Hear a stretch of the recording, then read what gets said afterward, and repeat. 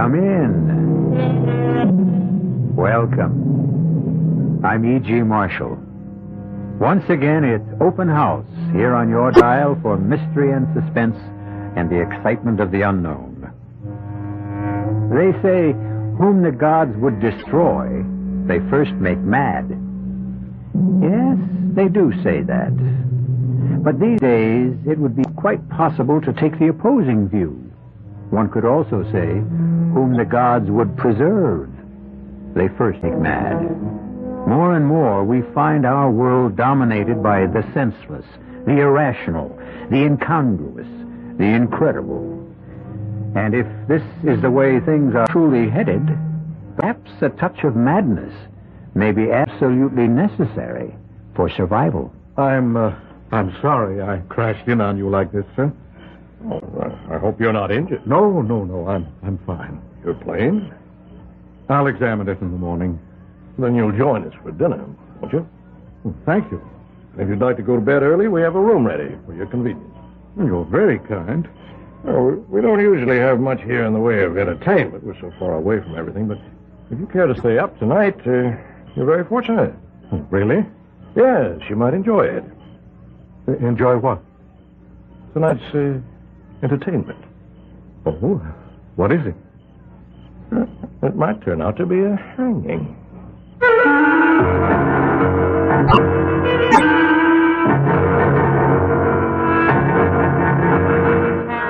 Our mystery drama, A Scaffold for Two, was written especially for the Mystery Theater by Sam Dan and stars John Beale and Brett Morrison.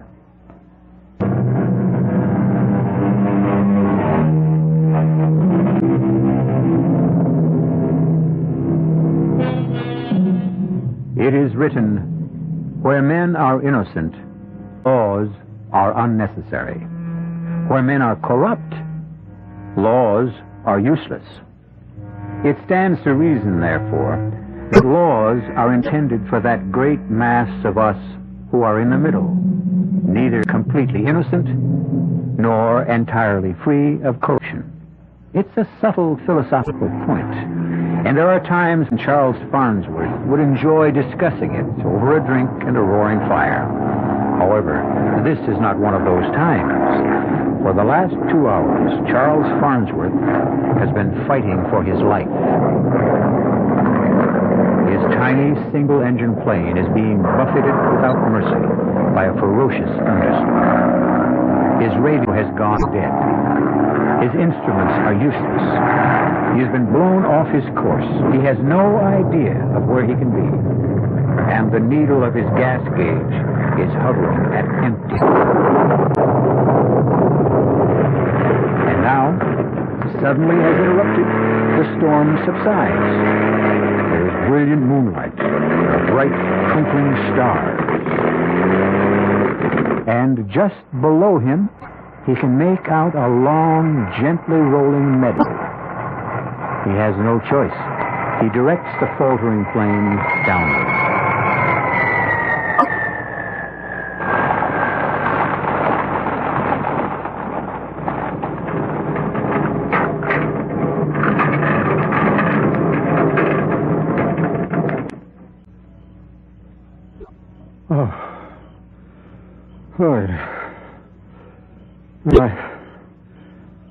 I guess I'm all right. I guess everything's all right, but where am I?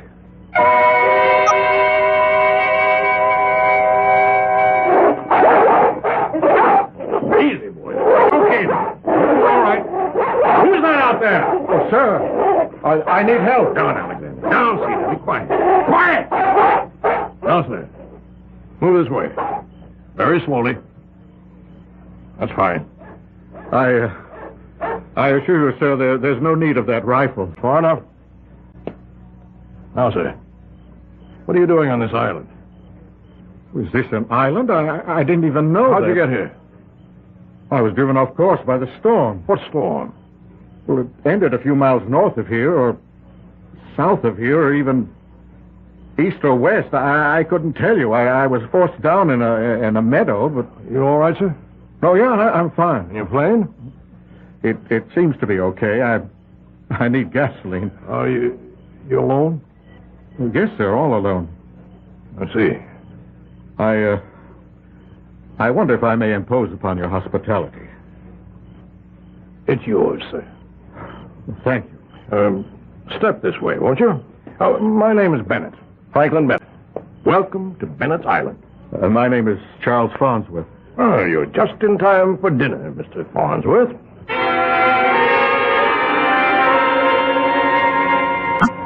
This is Mr. Farnsworth, who will spend the night with us. My daughter, Mayetta. How do you do? What is your sign, Mr. Farnsworth? Sign? Well, Taurus, I think. Mayetta. But it's vital, Father.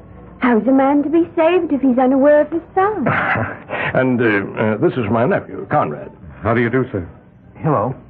Mr. Farnsworth was forced to land his plane in South Meadow. I knew it. I could tell he had the earth sound. Mayetta, that's enough. Conrad. Sir? Is there gasoline in the garage pump? It's full, sir. Good. In that case, we can have Mr. Farnsworth up and away tomorrow morning. May I set another place at the table, please, for Mr. Farnsworth? Yes, Daddy. Conrad, you'll serve. Yes, Uncle Frank. Mix yourself, whatever you like. Everything's on the sideboard. Excuse me. Frank Bennett here. Oh, yes, Wayne. Yes, it's this evening, as we agreed. Midnight, officially. But get here before that. Good. I'll see you then. Oh, you all right there, Mr. Farnsworth? Oh, yes, just fine. I'm afraid you'll have to excuse me. For what, Mr. Bennett? Well, I can offer you dinner and a bed, but regrettably, I'll be unable to entertain you. Oh, that's quite all right. No, it's not all right. I realize I shall be remiss in my duties as a host. But I have a previous engagement. A matter of great importance. Well, I hope I won't be in the way. Oh, not at all, sir. You won't be in the way at all.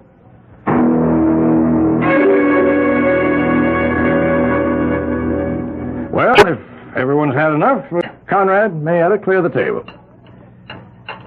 Charles Farnsworth. Where have I heard that name before? Well, I'm an attorney. Oh, yes, you're that Farnsworth. You're the lawyer that gets all those guilty people acquitted. Oh, that's impossible. Impossible? If a person is acquitted, it's proof that he's innocent. Oh, you know what I mean. No, I'm afraid I don't. Why, you usually get these people rabble-rousers, mostly. They go around, they commit murder. How do we know that? Because we know it. We just know it. It's a matter of pure common sense. Guilt or innocence is a matter of law. Most of these people you defend are against the law. Most of them are out to overthrow the government.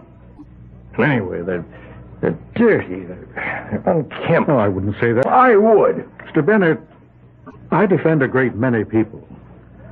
Some of them happen to be associated with unpopular causes, and some of them, I admit, are personally quite unappealing, but what would you have? Everyone's entitled to counsel. I know. It's just that I hate to see people get away with murder. If they don't get away with it, if a judge and a jury acquits them, that means they didn't commit murder. That's what's wrong with the system. Well, you could also say that's what's right with the system. Well,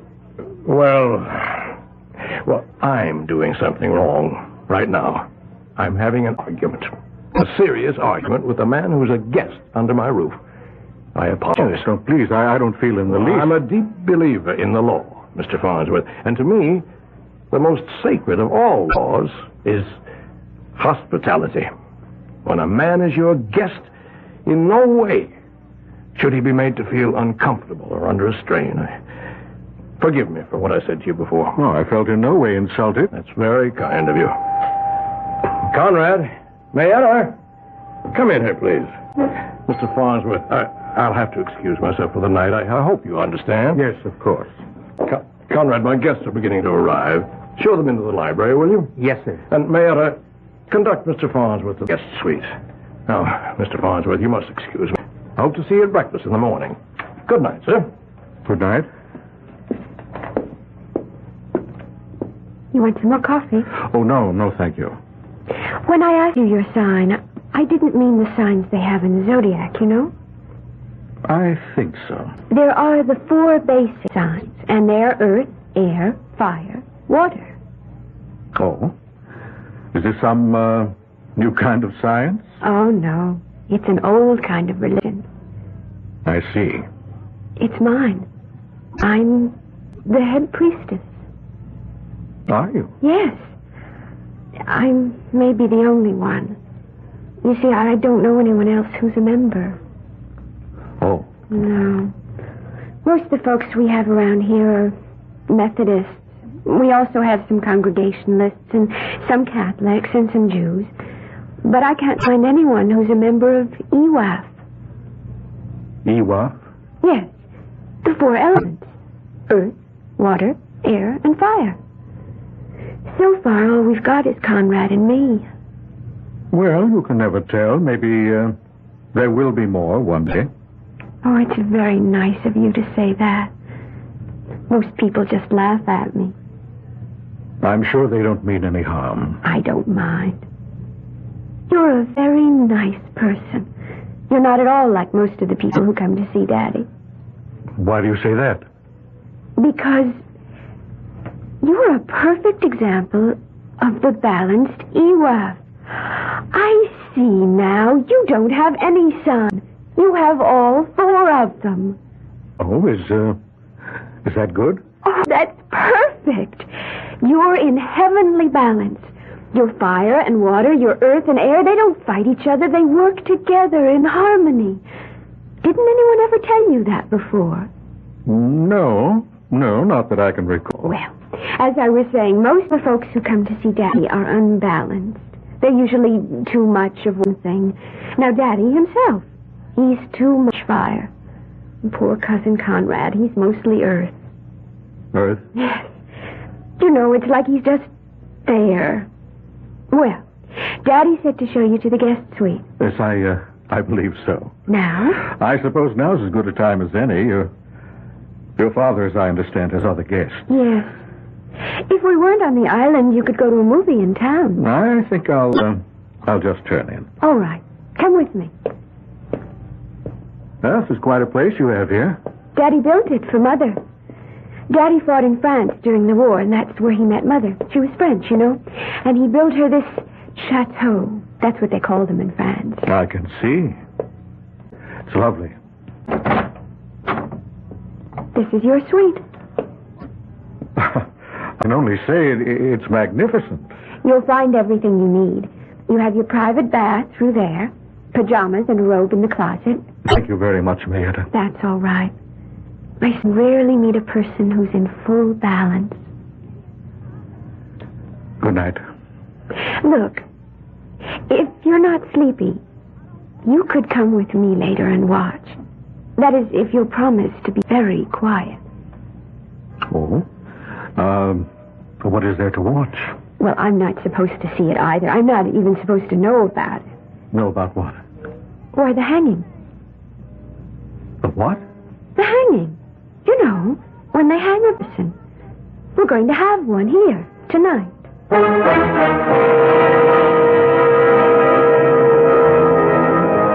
Just like that. How would you like to blunder into this kind of lodging for the night? Charles Farnsworth looks at Mayetta. She's young, but not a child.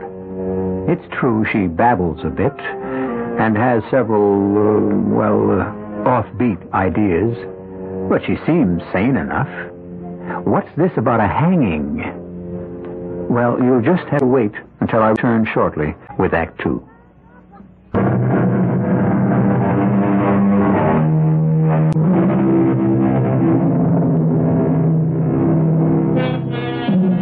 What we consider solid reality is usually, on close examination, a very thin crust.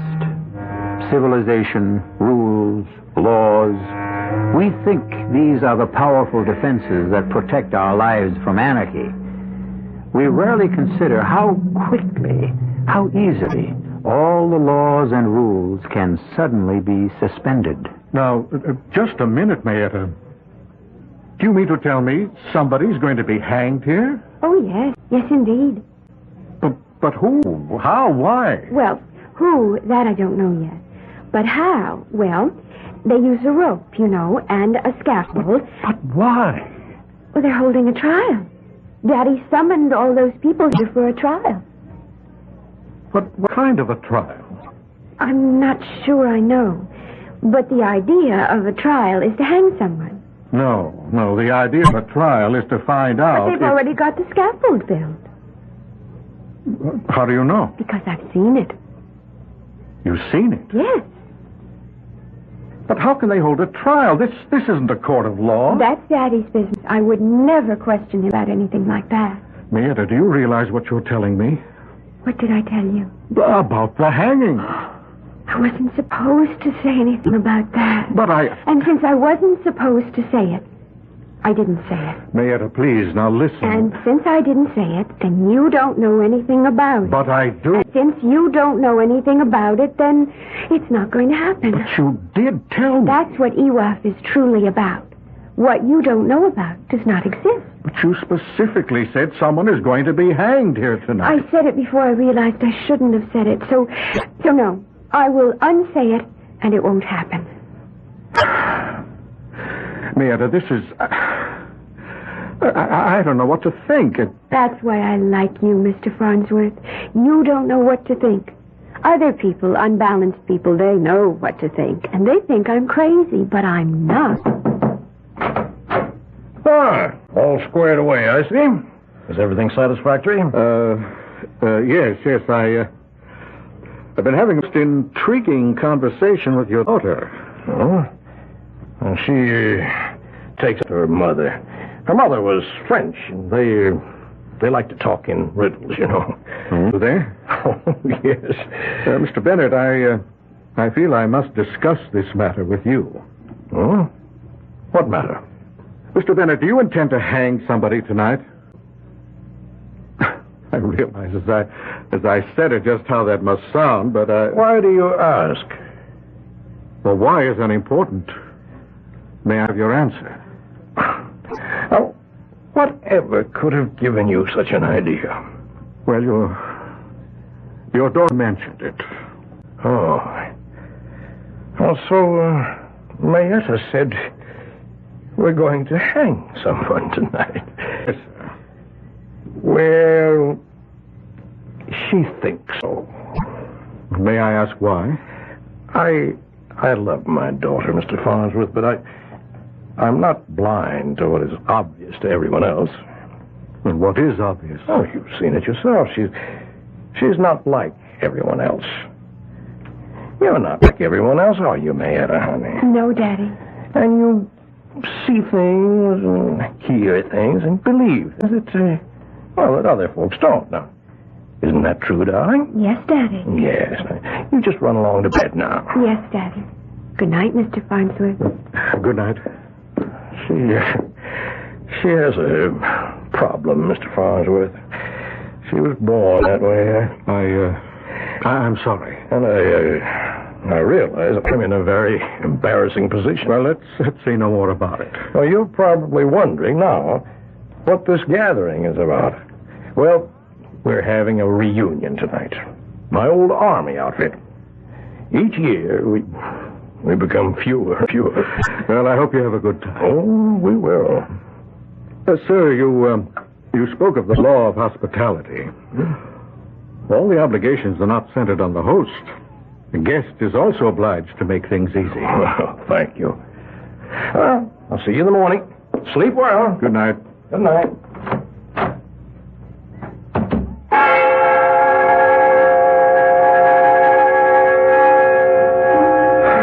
I was exhausted. It had been quite a day. I thought I'd sleep the moment my head touched the pillow, but for some reason I was wide awake. I kept wondering why sleep was eluding me so completely. Of course, I knew. I knew there was something mysterious going on in this house. Something was wrong. Maybe it wasn't as deadly as Mayette had claimed, but I felt certain it wasn't as innocent as her father had asserted. And I also knew that I wasn't going to rest until I found out. And so I fought it no longer. I got out of bed and dressed myself. And I walked quietly to the door. And I turned the handle. And that's when I discovered that it was locked. Locked from the outside. I walked to the window. And I discovered that I couldn't open it. It was a large casement window made up of many small panes. And as I examined them closely, I discovered that they were made of very heavy, leaded, apparently unbreakable glass. And now I knew with crystal clarity I was a prisoner. In the distance, I could hear the sound of approaching cars and men's voices. Something was about to happen. But if it were only an army reunion, why was I locked in this room? And then I heard it. A key was being inserted in the lock. And I could hear it turn. And the door opened slowly. Was someone coming after me? Who? And for what reason? Mr. Farnsworth, Marietta? you just have to help. What is it? Why have I been locked in here? They're going to have a hanging. But I thought you said... That's before I knew who it was going to be. Well, who is it going to be? Cousin Conrad. Conrad? But why? Because they're holding a trial for him. I have to keep asking why. Because they held one over at Maple City 6 months ago. Conrad was tried? What for? Murder. Murder? Whom did he kill? Cousin Bertram. And you see, the jury said he was innocent. Well, then what's this all about? Daddy didn't like the verdict, so he's holding a trial to get a different one. We have to do something, but what? Well, I was thinking you could take Cousin Conrad away from here. How? In your plane. Take off at night from that field? They'll hang him. Gas. I need gas. We've got plenty of gasoline in the garage. Where's Conrad? He's waiting for the trial to start. Then we'd better hurry.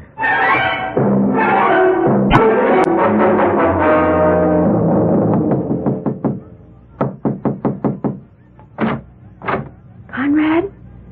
Does Uncle Frank want me to come to the library now? He said he'd send for me. No, it's me and Mr. Farnsworth. Conrad, what's supposed to be happening here tonight? I'm to be tried for murder. But I understand you've already stood trial in a court of law. Yes, sir, but Uncle Frank doesn't think it was a fair trial. Well, you were acquitted. I know, sir, but... Well, he doesn't think the people of the state got a fair trial. But There's something to what he says. What are you saying, Conrad? Well, sir, I had a very smart lawyer. But the lawyer for the state, he really wasn't much good. Well, are you innocent? Oh, Well, are you or aren't you? Did you kill him or didn't you? I wanted to kill him. And that's the worst kind of imbalance, but... Well, that's really the worst kind of all. That's right, because that's when all of your signs are just completely out of control. No, but there's a difference between wanting to kill and killing. Is there? I wanted him dead. I wished him dead, and he died. All right. Why did you wish him dead? Well, sir, because Uncle Frank wanted him to marry Cousin Mayetta. Oh, and you were jealous? Oh, no jealousy. No, that's not it. That's against our religion. Well, what were you? Sir, I knew he would be mean to her. Just tell me this. How did Cousin Bertram die? Poison. He was poisoned. And if I may maintain my sanity, I would assume that you were accused of the crime. Now, is that it? Yes. How was he poisoned? Well, someone put poison into his iced tea. You see, we were all sitting around drinking iced tea. Who is all? See, me, Mayetta, Cousin Bertram, Uncle Frank. We'd better hurry. They'll be looking for Cousin Conrad soon. I'll go see if the coast is clear. Well, you sir, Cousin Bertram was sipping on his drink. And suddenly he fell forward dead. And they accused you of putting poison in the drink. Well, did you? Probably. Please, Conrad, I have to know Well, you see, sir, I did direct poison thoughts against But him. you can't kill a man with poisoned thoughts. Now, that's not true. You and me, what are we? We better get out of here.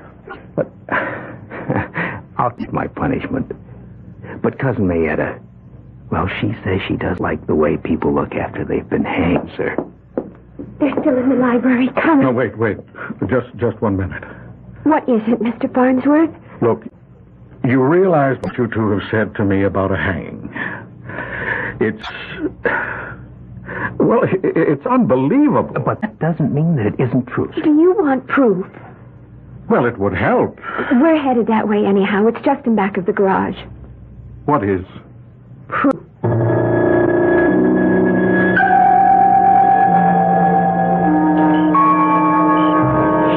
We mustn't make noise. Now, right here. See? Some of Daddy's friends were here this afternoon. They put it together.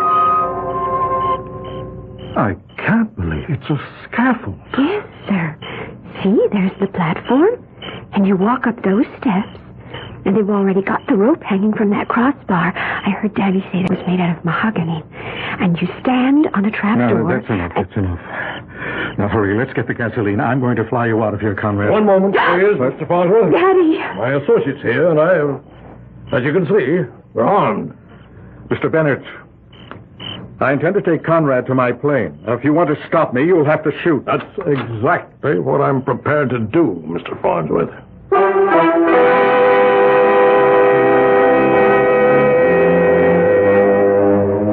Well, something has got to give. We already know enough about both men to realize that each is a person to be taken seriously.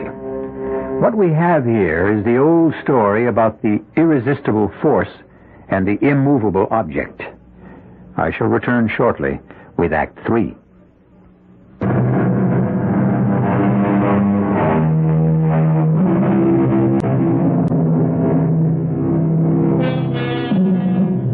Right now, on remote Bennett's Island, we are having what can be considered a confrontation.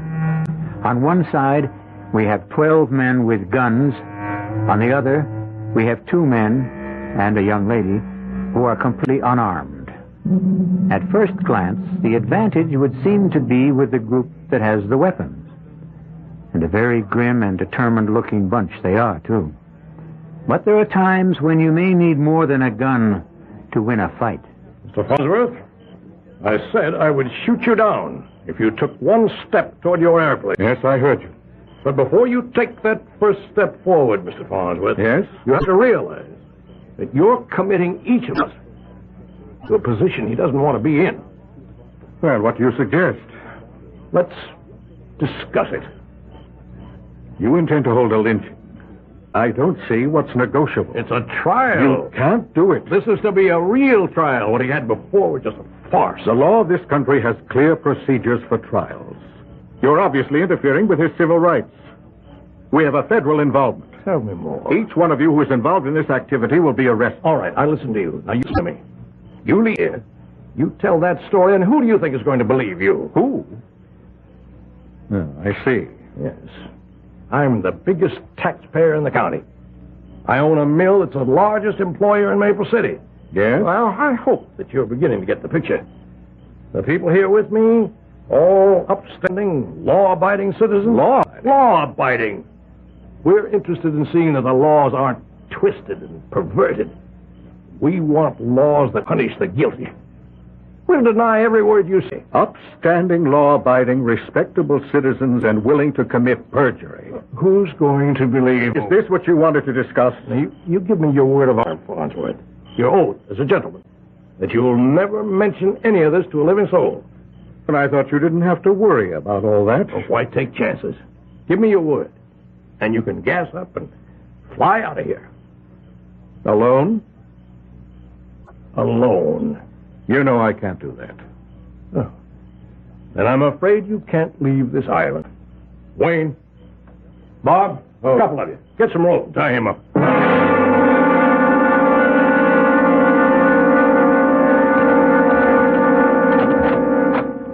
Mr. Farnsworth, Well, I want you to understand my position. Yes, I understand it. I just don't agree. Well, it's a little complicated. This whole business has become more complicated than I guess most of us bargained for. What business? Redressers of injustice. The redressers of injustice? That's the name of our organization. We felt, a group of us felt, that there were people who were getting away with murder, and so we decided... You decided to take the law into your own hands? Yes. Where it was safe. Where it would be honored. Mr. Bennett, we really have nothing to discuss. Just a minute. Tell me why you want to lynch your nephew, Conrad. I said you didn't understand, and obviously you don't. I love that boy. Huh. And you have a remarkable way of showing it. Listen, we formed this organization, as I said. And this is the second time we've met. Oh. So that scaffold has been used before. Yes, it has. You remember reading about a man who murdered a farmer and his wife and 4 children, just murdered them for no reason. You remember that, don't you? Yes, I think so. Well, everybody knew he did it. He was seen there. He even bragged about it later on. And he was tried. And he was freed, finally. And you know why? No. Because of some legal mumbo-jumbo. Come, Mr. Bennett, I'm sure you can do better than that. It all had to do with the fact that he wasn't arrested properly. That his confession hadn't been obtained properly. Nonsense like that. Well, it's hardly nonsense. He killed 6 people in cold blood. And a court of law said, go free. And therefore you took the law into your own hands. Yes, we did. And before you say another word, let me ask you if you remember that man's name. No. It was Wayne. George Wayne. And his cousin, Gordon Wayne, is a member of this committee. That should prove something. Well, it proves that some of the greatest crimes can be committed in the name of sincerity. Mr. Farnsworth, I need your help. My help? Yes. Let me tell you the situation here. You see, we started something that looked very good in the beginning. You know. Yes, I know. But now, some of the... Well, I guess it's like everything else. People lose interest, change their minds, and then there's you. Me? Yes, what to do about you? Unless we kill you. And there's not an awful lot of stomach to that. We're not just murderers, you know. Well, you do have a good opinion of yourselves. We're law-abiding citizens, and we want to protect... Yes, I know. You said it so often. You actually believe it. Now, the reason we're trying my nephew, Conrad... Yes? Well, I admit that there was no love lost between Conrad and Bertram. And Conrad could have done it. Actually, he had the motive. They were both in love with my daughter, Meta. And Conrad was going to lose out. You're sure of this? She seems quite fond of him. Well, I had decided in Bertram's favor. And that was the end of that. Oh, why had you favored Bertram? You mean it's not obvious? How could Conrad take care of her? He's I may just as well say it. He's as crazy as she is. But Bertram was sane, practical. He did have a heart condition, but with care you can live with those things forever. Well, Conrad may have had a motive, but that doesn't mean he was guilty. Well, what happened was he was acquitted at the trial. And a lot of people kicked up a fuss. They Yes? Well, they said it was my wealth, my influence that got him off. Pardon me if I enjoy this irony. Well, was your wealth and influence a factor? Never. But you know how it is. When a rich man's relative is a murder judge, people talk. There's discontent. Yes, I see. And I had helped organize this organization. Oh, yes, the redressers of injustice. Yes, the redressers held a meeting and demanded action. Now, what could I say? It would look as if I were trying to make an exception out of Conrad. And Gordon Wayne, he said that if the redressers could try his cousin, they could try my nephew. Well, you're in quite a position there. I tell you, I wish I were out of it. Finished and done with the whole thing. And so do most of the others. But Gordon Wayne demands that if... Well, I can see his point. And so you will sacrifice Conrad? Oh, no. He's going to get a fair trial. Why do you say that? Because you're going to represent him. But I can't. I can't legitimize a lynching session. Please, Mr. Farnsworth, don't give me all that law. Just find us a way out.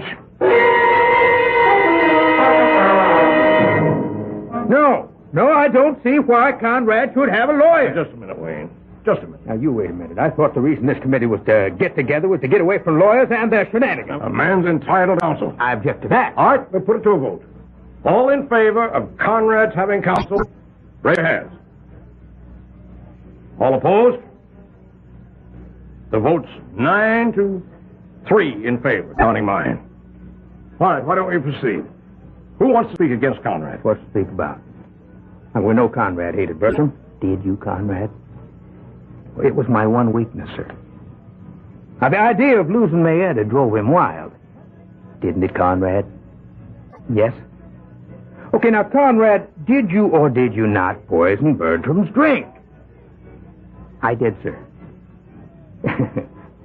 Well, then why isn't that the whole ball of wax? Just a moment. Here comes the lawyers to steal it. What do you mean by poison? I poisoned him. Do you mean you poisoned him with a drug or a chemical of some sort? I understand a heavy dose of poison was found in his system. Did you administer it? Yes, sir. How? Does that matter? For crying out loud, the man admits he did it. How, Conrad? Well, my poison thoughts toward him, sir. It turned into actual poison. Did you at any time place into his glass a pill, a powder, a liquid, a substance of any sort? Did you? No. I didn't do that. How did the poison get into Bertram's glass? Conrad, put it there. How? When? Where? Now, where did the iced tea come from? The kitchen. Bertram said, I'd like some iced tea. We were all sitting out on the patio. Yes, and I said, I'll tell the cook to make some. And Bertram said nobody makes better iced tea than I do. And he went inside.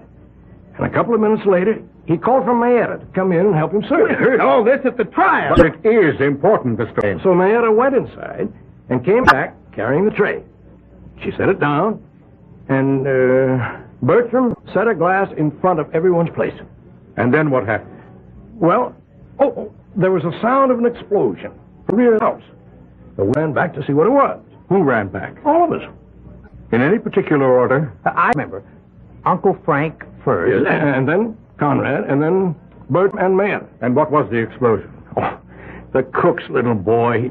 He'd found a firecracker left over from the 4th of July. I see. And then what did everybody do? Well, we all went back to the patio. And everyone picked up his glass and started to drink. And then, in a few minutes, Bertram just keeled over. Then how did the poison get into Bertram's glass? Conrad, put it there. He admitted it. But when? And how did he have a chance? He couldn't do it in the kitchen. Only Bertram and Mayetta were there. He couldn't have done it on the patio because someone would have seen it. He did it when they went out to investigate the noise. How? He was second man out. Bertram and Mayetta were still on the patio. When they came back. Did you all come back together? Yes, we did. This is the same kind of hocus pocus the lawyer pulled at the trial. Now, Conrad admitted it. He can admit anything he pleases. It doesn't work unless and until we can show he put the poison in the glass. The thing was put into the drink after the glasses were set out. No, it wasn't. Mayetta, what are you saying? Yes, Mayetta? Well, you all should have asked me. Nobody ever asked me before. As I came into the kitchen, I saw Cousin Bertram place a pill into one of the glasses. A pill? Well, he always took pills for his heart. I didn't think anything of it. But then we set the glasses down. I saw him put the one with the pill in it in front of Cousin Conrad. Uh-oh, I thought. He made a mistake. So I just put the glass with the pill in it back in front of his chair. You changed the glasses? Oh, yes. I was going to call it to his attention, but everybody started to run to the back of the house, so I just changed them myself. But, Mayetta, that was not a pill. That was the poison that killed him. Oh, no. No, Conrad is right. The poison that killed him was Conrad's mean and unbalanced thoughts. But Conrad has atoned. It's balanced now. Mayetta, why would Bertram want to kill Conrad? Oh, Bertram. Bertram was unbalanced. Everyone knew that. He was so angry because I told him I could never marry him as long as Conrad was alive. What? We love each other so much. Gentlemen, the defense rests.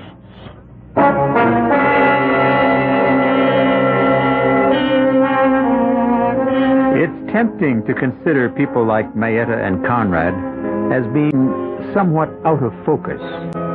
But how clear, how sharp are your motivations and mine? I may tell you that the redressers of injustice have been disbanded. That is, I think they have been. The weirdest of urges and desires and motivations can still make any number of people go bump in the night. Be sure of nothing, except that I shall be back in a few moments.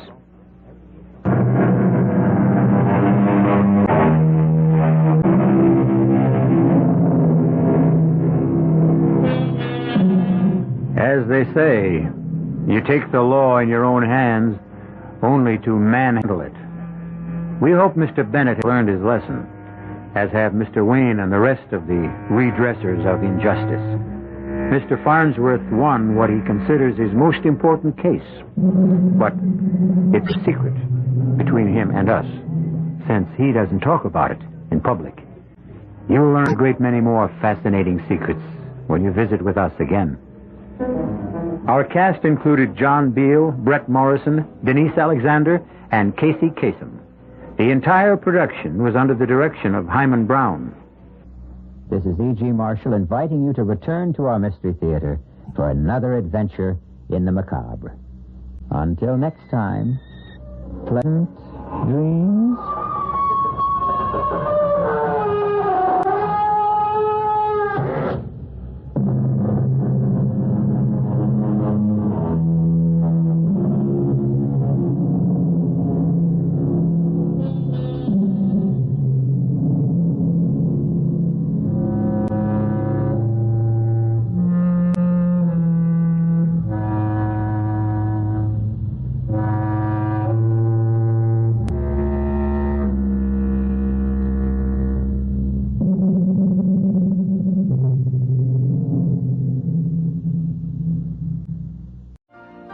You've been listening to the OTR Gold Network.